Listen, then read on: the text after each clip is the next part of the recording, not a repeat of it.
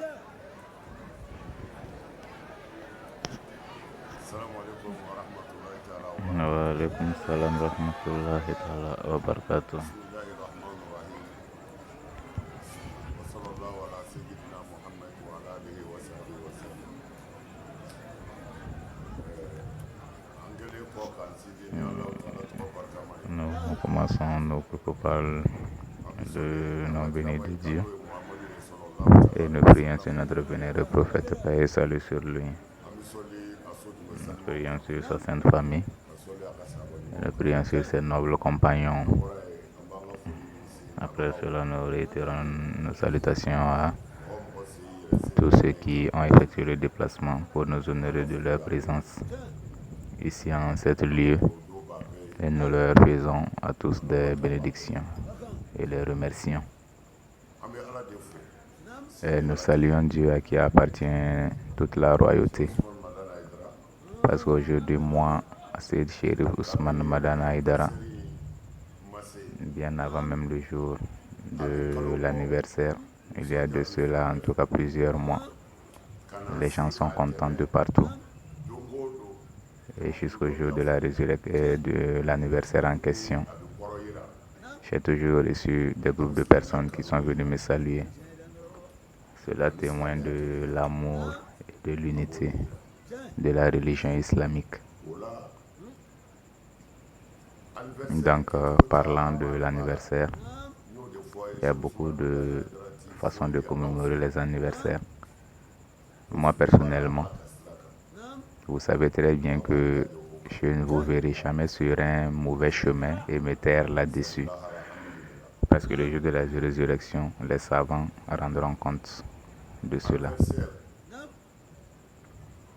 Donc, parlant de l'anniversaire, ce sont des événements qui sont connus à travers le monde. Parce qu'aujourd'hui, quand on demande à quelqu'un la date de ta naissance, tu diras bien sûr que tu es né forcément en 1900 quelque chose, témoignant de la succession des années que tu as vécues, déterminant ainsi les jours de ton anniversaire. Donc, cela se fait partout. Parlant de cela, le prophète Mohammed, quand il a quitté la Mecque pour Médine, dont on parle, à savoir l'Hégire, cela est considéré comme étant l'année musulmane et on compte l'année musulmane à partir de cela. Mais cela témoigne juste de la date d'anniversaire de l'Hégire du prophète, tout simplement. Donc sachez et gardez, comprenez que en islam tout est permis sauf ce qui est interdit par Dieu et son prophète. Et moi je ne pense pas qu'il y ait dans le Coran encore ces paroles de prophète dans les hadiths que la commémoration des anniversaires sont interdits. Je ne pense pas. Parce que le prophète, paix et salut sur lui-même, a commémoré son anniversaire. Si vous vous rappelez, le dernier pèlerinage du prophète qu'il a fait, il avait en son temps environ 62 à 63 ans, 61 ou 62 ans, lors de son pèlerinage à la Mecque. Et lors de ce pèlerinage, qu'est-ce que le prophète a fait? Il a immolé un nombre de bêtes égal au nombre de son âge. Et si vous regardez dans le document dénommé Muhammad al-Akbar, vous trouverez cela mentionné dedans, que le prophète, à l'occasion de son anniversaire, a immolé un nombre de bêtes égal à son âge. Donc moi, mon anniversaire, même si ce n'était pas permis, ça devait se faire parce que à l'occasion de mon anniversaire, beaucoup de personnes ont bénéficié de beaucoup de dons en nature comme en espèces, composés de plusieurs sacs de riz. Les enfants qui sont nés le même jour ont bénéficié également de beaucoup de dons. Ils ont eu beaucoup de cadeaux. Et cela s'est fait un peu partout à travers tous les pays. Donc, moi, mon anniversaire est devenu une miséricorde pour beaucoup de gens. Donc, même si les anniversaires n'étaient pas permis, le mien devait être permis. Parce que beaucoup de personnes ont été soulagées à l'occasion de cela. Mais une fois que la maladie du cœur intervient, le travail se gâte.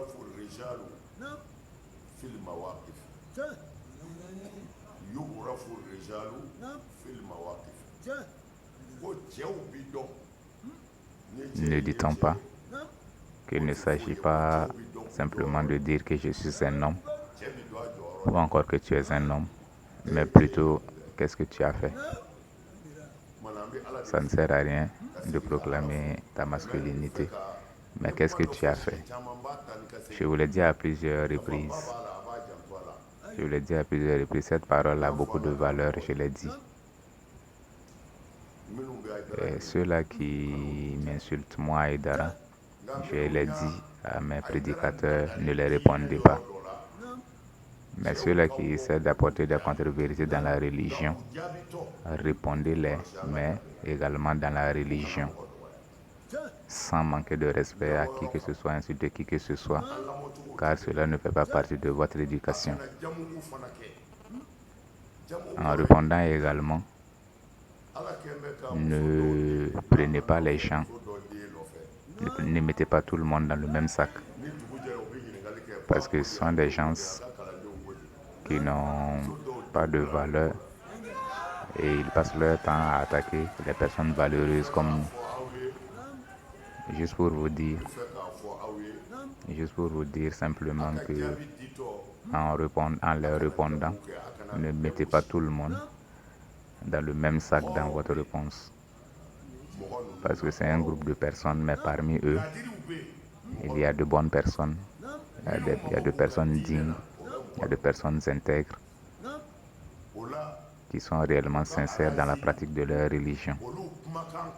Donc à cause d'eux, en répondant les incrédules, ne mettez pas tout le monde dans le même sac par peur de faire du tort à des personnes innocentes et nobles. Ces incrédules qui parlent de cette façon, qui insultent les gens, qui rabaissent les grandes personnalités, n'ont pas peur de Dieu et ne cherchent pas la religion. Donc en leur répondant, limitez-vous aux questions de la religion et ne mettez pas tout le monde dans le même sac. Parce que parmi eux, leurs maîtres coraniques, les dirigeants religieux qui s'y trouvent, eux-mêmes m'ont fait savoir que c'est un groupe de personnes, c'est vrai, ils sont nos enfants, ils sont même nos étudiants, mais ils ne nous laissent pas nous-mêmes qui sont leurs maîtres coraniques. Le jour de la résurrection, je reviendrai sur ça devant Dieu. C'est un de leurs grands chefs qui m'a dit cela, que lui-même n'est pas épargné par ces personnes-là, alors que ce sont ses enseignants, alors que ce sont ses élèves. Il dit que après lui son sermon, on lui montre des vidéos où ces mêmes personnes-là sont en train de le contredire, encore de l'insulter, alors qu'ils sont lui-même ses propres élèves. Donc, il me demande à ce que nous ne fassions pas attention à ces personnes-là. Donc, sachez que c'est nous, actuellement, qui pratiquons la sunna du prophète, comme le prophète l'a enseigné. Donc, c'est des incrédules qui parlent de façon déraisonnable. Répondez-leur, mais seulement et à la limite de la religion. Mais sachez que ceux-là qui font cela, ils en seront rétribués ici-bas avant même l'au-delà. Donc faites attention à l'éducation que vous avez reçue. Vous n'avez pas été éduqué ainsi. Insulter les gens, insulter les personnes religieuses, les grandes personnes. Ce n'est pas l'éducation que vous avez reçue. cela est le travail des personnes incrédules. Parce que parlant de la religion, tout ce que moi je dis, quelqu'un qui essaie de contredire cela, vous pouvez leur répondre également en vous limitant aux éclaircissements des questions religieuses, sans rentrer dans la personne des gens. Parce que moi j'ai entendu chez Mamadou Sow, il est venu me montrer quelque chose dans leurs réseaux sociaux WhatsApp. On m'a montré une vidéo de Mamadou Sow où il essayait de défendre un peu la télé Chérifla, qui est ma télé, par rapport à une émission diffusée par la télé, une émission d'un groupe de personnes qui, selon eux, la religion n'est pas véridique et que c'est la télévision Chérifla qui diffuse cette émission de ces personnes-là.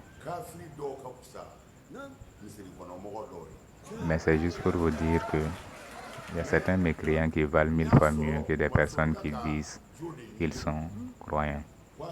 Mais en regardant la vidéo, Mamadou Sow essayait de justifier l'action de la télé. Mais pour moi, cela est une erreur.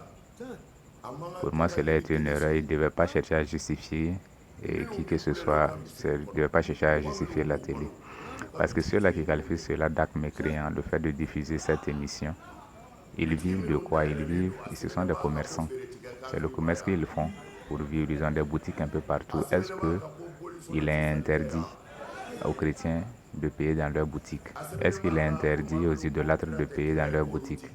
Est-ce qu'il est écrit que quiconque n'aime pas le prophète est interdit d'accès à ces boutiques? Est-ce que n'importe qui appartenant à n'importe quelle religion, confession religieuse, ne paye pas dans leur boutique? Ils les acceptent tous.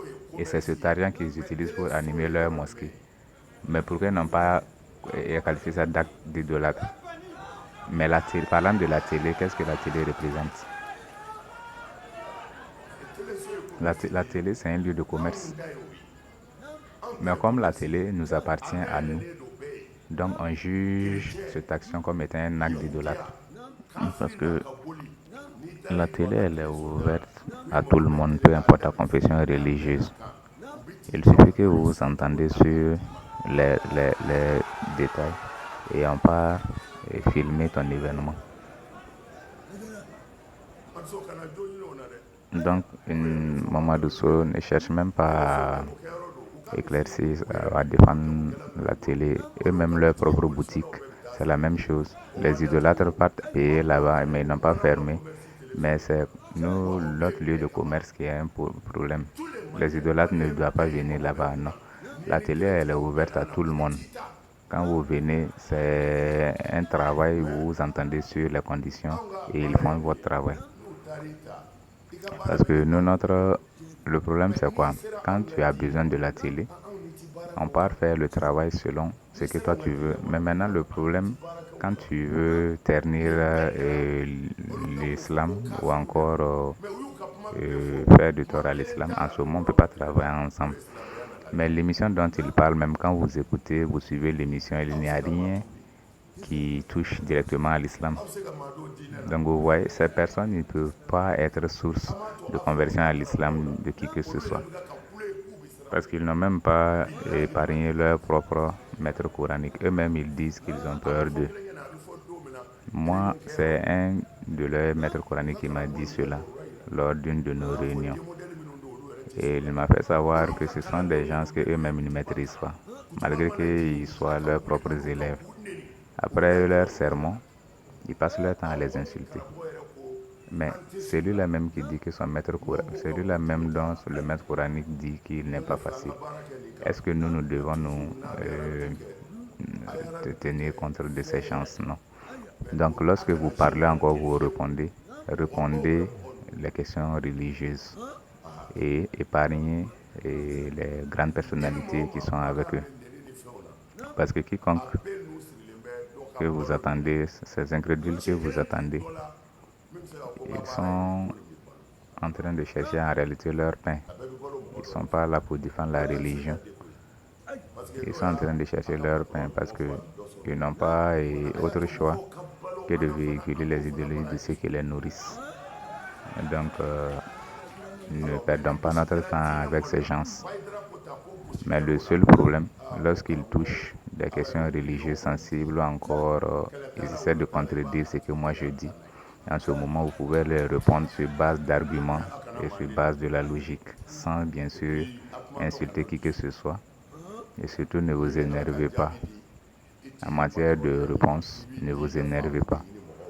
Parce qu'en parlant de la religion de Dieu, ne soyez pas arrogant non plus.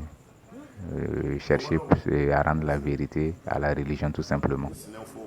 Je salue les Dongono et les Sénoufo, ceux qui ont formé ces différents groupes de soutien à la famille chérifienne.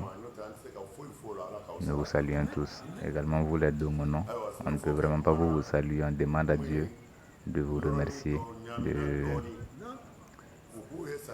vous rétribuer par et les Sénoufo également. Le Sénoufo qui a parlé, les moutons dont il a parlé, ce n'est pas les moutons de cette année, c'est les moutons de depuis l'année surpassée.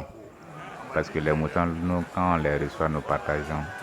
Alors donc il faut que j'éclaircisse ce côté pour que les gens ne pensent pas que j'ai reçu des moutons cette année et qu'on vienne me le demander. Donc ce n'est pas des moutons de cette année, les moutons dont il vient de parler, ce sont les moutons de depuis l'année surpassée. Après ça, je n'ai pas reçu de moutons. Donc cela soit clair, que personne ne vienne me demander, parler de moutons après. Après cela, nous vous saluons vous tous, parce que je suis vraiment très content. Moi, un simple mendiant de Dieu, un simple esclave de Dieu. Et toutes ces grâces, toutes ces miséricordes sont faites à l'occasion de mon anniversaire et aux créatures de Dieu, en Côte d'Ivoire, au Mali et partout à travers le monde. En France également, nous avons vu les images de la France et les biens, les dons qui ont été faits aux expatriés. Et moi-même personnellement, la maison qu'ils ont construite pour moi, vraiment, je voulais dire, actuellement, moi je n'ai pas besoin vraiment de maison. Apportez-moi l'argent, là je vais bouffer, j'ai assez de maisons comme ça. J'ai assez de maisons comme ça. Apportez-moi l'argent, là je vais bouffer. Est-ce que le président est là, Modibo Diallo? Voilà, donc dites aux membres du bureau que je n'ai plus besoin de maisons. Et nous saluons les jeunes Ansar. Nous avons eu la visite de plus de 100 jeunes Ansar venant de la commune de Bougoni. Bakoraba était là, ils sont venus me rendre visite avec leur présent. Donc, actuellement, qu'est-ce que moi j'attends de Dieu? Rien du tout. Vraiment, les Ansar, vous avez fait leur possibilité. Ce que vous ne pouvez pas faire pour moi, c'est m'accorder le paradis étant vivant. C'est tout ce que vous ne pouvez pas faire. Sinon, vous avez fait toute votre possibilité.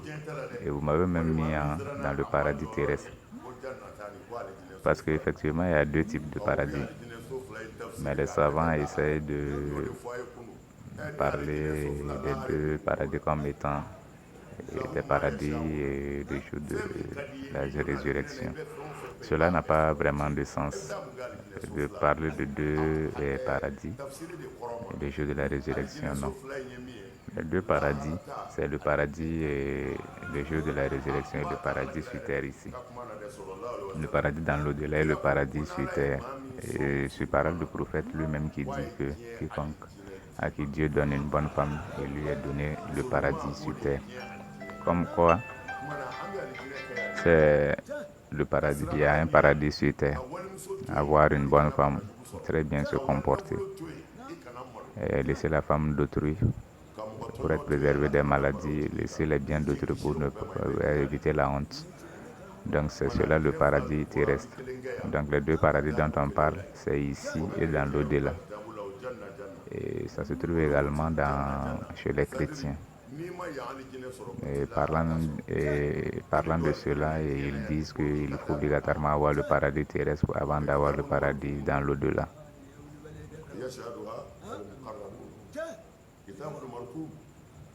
Voilà. Donc chacun est attribué un numéro. À l'exemple d'un hôtel, à chaque chambre est attribué un numéro. Et tu as le numéro de ta chambre. Et c'est la même chose. Nous également, chacun a son numéro dans le paradis. Arrivé, les anges t'accompagnent dans ta maison.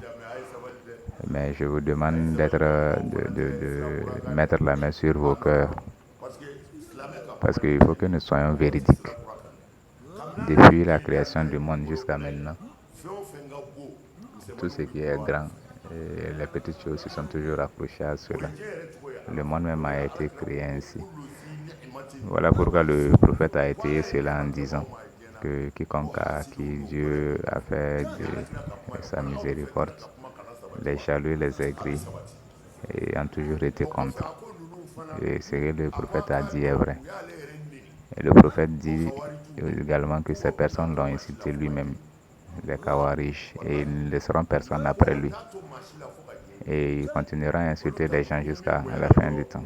Et ils sont contre toute personne à qui Dieu accorde sa grâce, que Dieu nous préserve d'eux, et que Dieu les accorde des choses à ce qu'ils nous oublient. Donc vous les Ansar, je demande à Dieu de vous rétribuer à la hauteur de vos efforts. Personne aujourd'hui ne pose de questions par rapport à la relation entre moi et les Ansar. Ils disent qu'ils mettent leur argent, ils viennent me donner leur argent, mais apparemment c'est vrai. Parce qu'on dirait qu'ils viennent me donner vraiment leur argent. Ils sont en train vraiment de faire de leurs possibilités. Donc, ceux à qui cela fait mal, ils nous pardonnent. Parce que nous-mêmes, on n'avait pas demandé cela. Bakaraba, tu as entendu ce que les enfants ont dit. Et ils m'ont promis fidélité. Et leur bien et leur personne. Et qu'ils ne me trahiront pas. S'ils me trahissent, que Dieu leur rétribue cela. Je pense que nous avons dépassé cette étape. Parce que moi, je n'ai besoin de rien d'autre sur cette terre que vous n'avez réalisé pour moi. Il n'y a rien du tout sur cette terre dont moi je n'ai besoin que vous n'avez fait pour moi. Mais ce que je vous demande à vous, c'est de mettre la main sur le cœur, de pardonner et de patienter. Ne vous battez pas contre une personne nue. Parce que vous êtes quelqu'un qui n'a pas le sens de l'humilité. Si tu fais la bagarre contre ce dernier, il t'humiliera. Toi, tu es habillé et lui, il est nu. Si tu te bats contre lui et qu'il déchire ton habit, c'est toi qui as perdu parce que lui, il est nu, il n'a pas d'habit. Donc, pardonnez. Laissez-les parler. Laissez-les parler, sinon ils mourront. Ce que vous êtes en train de faire pour moi, le jaloux ne peut pas supporter, l'aigri ne peut pas supporter. Tout est permis aujourd'hui, sauf ce que moi je fais, ce que mes enfants font, ou encore ce qui est fait pour moi et mes enfants. Et ils partent même chercher des arguments dans le Coran. Et la fois dernière, parce que ce que ma télé a fait, je vais réprimer après le directeur de ma télé, la télé Chérif là, parce que l'ambassadrice américaine est venue me rendre visite la fois dernière. Donc, en la raccompagnant, moi je l'ai salué, j'ai mis ma main dans sa main. Et les gens de ma télé ont coupé la partie. Pourquoi ils vous coupez cela? C'est moi ma main, c'est moi je l'ai salué, vous coupez cela pourquoi?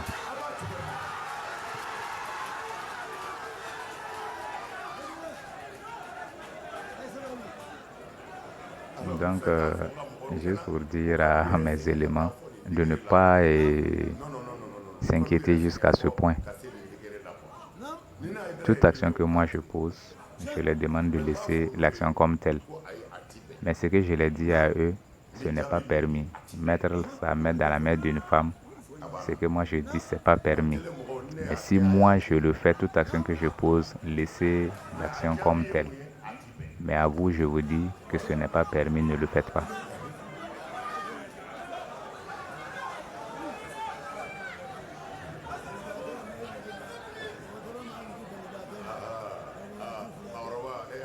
Bakaraba, lui, il a compris. Parce qu'il est en train de dire que si le médecin a eu peur du malade, s'il ne s'est pas approché du malade, le malade ne pourra pas guérir.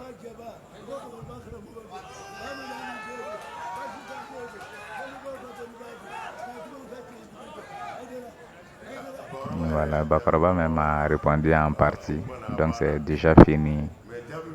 Mais ce que moi je vous dis à vous, gardez seulement en esprit que ce n'est pas permis, ne le faites pas. Mais si moi je le fais, ne cherchez pas à me couvrir.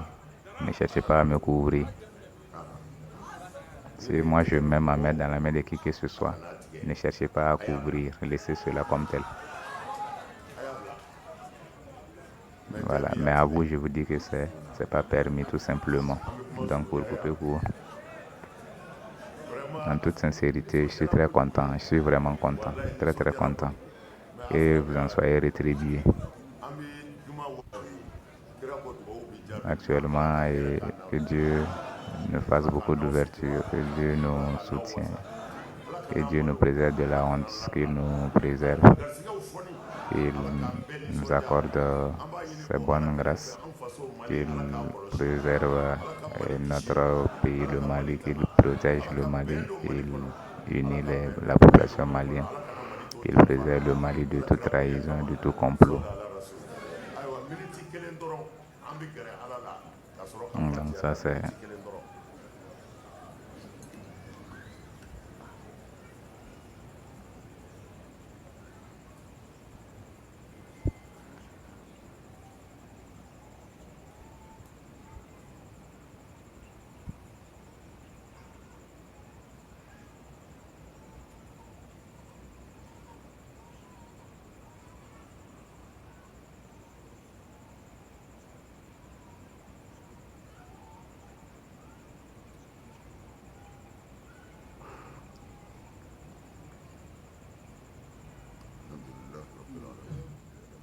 أعوذ